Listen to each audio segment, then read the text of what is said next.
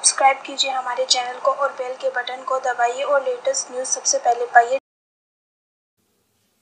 His Excellency Prime Minister Shinzo Abe, distinguished delegates, members of the media, Konnichiwa, good afternoon, नमस्कार। मुझे प्रसन्नता है कि मेरे अनन्य मित्र प्रधानमंत्री शिंजो आबे का भारत में और विशेष रूप से गुजरात में स्वागत करने का अवसर मुझे मिला है। प्रधानमंत्री आबे शान और मैं कई बार अंतर्राष्ट्रीय सम्मेलनों की साइडलाइंस पर मिले हैं, लेकिन भारत में उनका स्वागत करना मेरे लिए विशेष रूप से हर्ष का विषय होता है। कल शाम मुझे उनके साथ साबरमती आश्रम जाने का अवसर मिला। आज हम दोनों दांडी कुटीर भी गए और बहुत विस्तार से महात्मा गांधी के जीवन को समझने का प्रयास किया। आज सुबह हम दोनों ने मिलकर जापान के सहयोग से बनाए जा रहे Mumbai Ahmedabad high speed railway project का भूमि पूजन किया। ये एक बहुत बड़ा कदम है। ये सिर्फ हाई स्पीड रेल की शुरुआत नहीं है, भविष्य में हमारी आवश्यकताओं को देखते हुए मैं इस नई रेलवे फिलॉसफी को नए भारत के निर्माण की लाइफलाइन, जीवन रेखा मानता हूं। भारत की प्रगति का संपर्क अब और भी तेज गति से जुड़ गया है।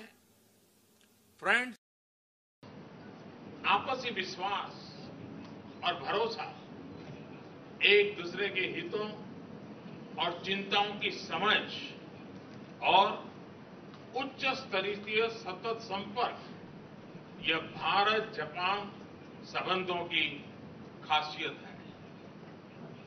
हमारी स्पेशल स्ट्रेटेजी और ग्लोबल पार्टनरशिप का दायरा सिर्फ द्विपक्षीय या क्षेत्रीय स्तर तक सीमित नहीं है।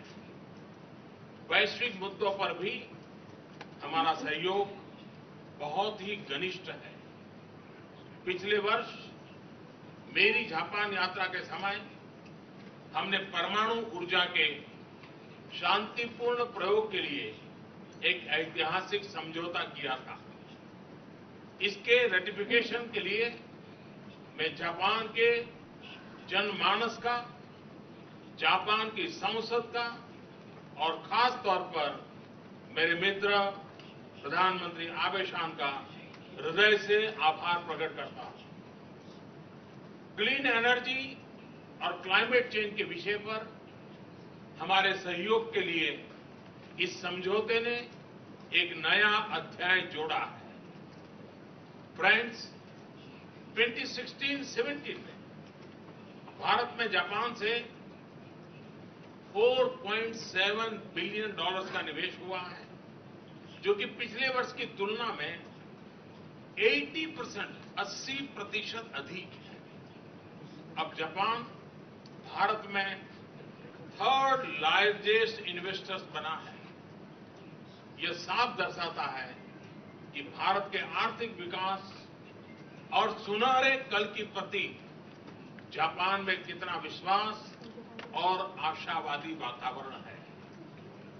और इस निवेश को देखकर यह अनुमान लगाया जा सकता है कि आने वाले समय में भारत में रहने वाले जापानी लोगों की संख्या भी कई गुना बढ़ने वाली है। हमने जापान के नागरिकों के लिए वीजा ऑन अराइवल की सुविधा तो पहले से ही दी रखी है और अब हम इंडिया पोस्ट और जापान पोस्ट के सहयोग से एक फुल बॉक्स सर्विस की भी शुरुआत करने जा रहे हैं, ताकि भारत में रह रहे जापानी लोग सीधा जापानी से अपने पसंदीदा भोजन मंगा सके। साथ ही मेरा जापानी बिजनेस समुदाय से यह भी अनुरोध है कि वे भारत में अधिकाधिक जापानीज रेस्टोरेंट्स की चेन खोले। मैं अहमदाबाद का बता सकता हूं, हमारे यहां सैटरडे और संडे को किसी रेस्टोरेंट में जगह नहीं मिलती है। अगर जापानीज रेस्टोरेंट शुरू होगी तो कितना बड़ा मुनाफे का काम होगा, आप अंदाज लगा सकते हैं। आज भारत कई स्तरों पर आमूलचूल परिवर्तन की राह पर चल रहा है। ईज ऑफ डूइंग बिजनेस हो या स्किल इंडिया, टैक्सेशन रिफॉर्म या मेक इन इंडिया, भारत पूरी तरह ट्रांसफॉर्म हो रहा है। जापान के बिजनेसेस के लिए यह बहुत बड़ा मौका है और मुझे प्रसन्नता है कि जापान की कई कंपनियां हमारे राष्ट्रीय फ्लैगशिप कार्यक्रमों से गहन तौर पर जुड़ी है। आज शाम को दोनों देशों के बिजनेस लीडर्स के साथ हमारी बातचीत और कार्यक्रम में हमें इसके प्रत्यक्ष लाभ भी देखने को मिलेंगे। जापान की ओडीए सहायता में हम सबसे बड़े पार्टनर हैं और विभिन्न क्षेत्रों के प्रोजेक्ट्स के लिए आज हुए समझौतों का मैं हृदय से स्वागत करता हूं। फ्रेंड्स, मुझे पूरा विश्वास है कि हमारी बातचीत और आज किए गए समझौते भारत और जापान की साझेदारी को सभी क्षेत्रों में और अधिक मजबूत करेंगे। इन्हीं शब्दों के साथ मैं एक बार फिर प्रधानमंत्री और मेरे मित्र आबे सान और उनके साथ आए हाई लेवल डेलीगेशन का हार्दिक स्वागत करता हूं। इज्जो दे गोजाइमास। आरिगातो गोजाइमास।